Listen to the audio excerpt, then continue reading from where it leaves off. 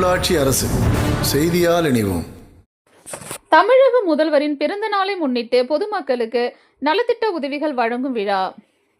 தமிழக வெற்றி கழகத்தின் தலைவரும் முதலமைச்சருமான சி. ஜோசப் விஜய் அவர்களின் 52வது பிறந்த நாளை முன்னிட்டு தமிழ்நாடு முழுவதும் பல்வேறு பகுதிகளில் பல்வேறு நிகழ்ச்சிகள் நடைபெற்று வருகிறது. இதன் தொடர்ச்சியாக இன்று கோவை வெரைட்டி ஹால் சாலையில் உள்ள கோவை மாநகர மாவட்டம் டவுன் ஹால் சிஎம்சி காலனி பகுதியில் பொதுமக்களுக்கு நலத்திட்ட உதவிகள் வழங்கும் விழா பிற்படுத்தப்பட்டோர் நலத்துறை அமைச்சர் வி. சம்பத்குமார் அவர்கள் தலைமையிலும் டவுன் ஹால் பகுதி செயலாளர் சதீஷ் அவர்களின் முன்னிலையிலும் சிறப்பாக நடைபெற்றது.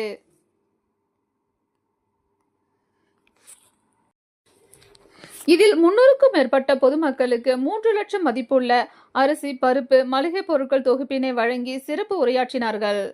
மேலும் இப்பகுதி மக்களுக்கு பல்வேறு திட்டங்களை வழங்கி வருவது குறிப்பிடத்தக்கது.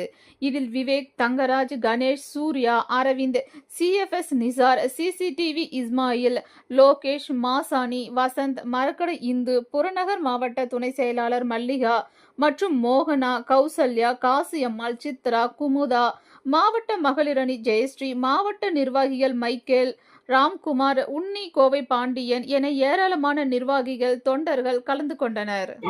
வணக்கம், என் பேர் டவுனால் சதீஷ். நான் டவுனால் பகுதி செயலாளர்.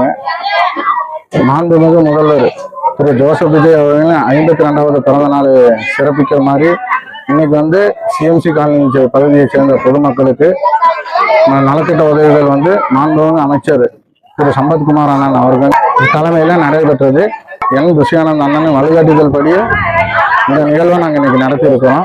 கூடவே அவரோட பிறந்த நாள் அன்னைக்கு ஒரு 500 பேருக்கு அன்னதானம் நம்ம வழங்கியிருக்கிறாங்க. அதுபோக கண் மருத்துவ முகாம் நடத்தியிருக்கிறோம். இன்னைக்கு பொதுமக்களை நலத்திட்ட விழா நடத்தியிருக்கிறோம். இன்னும் வர வாரங்களில் ட்ரக்ஸ் சம்மந்தப்பட்ட விழிப்புணர்வு ஏற்படுத்துகிற முகாம் நடத்த போகிறோம். இந்த மாதம் முழுவதுமே தளபதி பிறந்த நாளை முன்னிட்டு நிறைய சிறப்பு முகாம்களும் சிறப்பு நலத்திட்ட உதவிகளும் வழங்குறத நாங்கள் நடைமுறைப்படுத்த போகிறோம். டவுனால் பகுதி சிஎம்சி காலனி வெட்டியால் ரோடுங்க.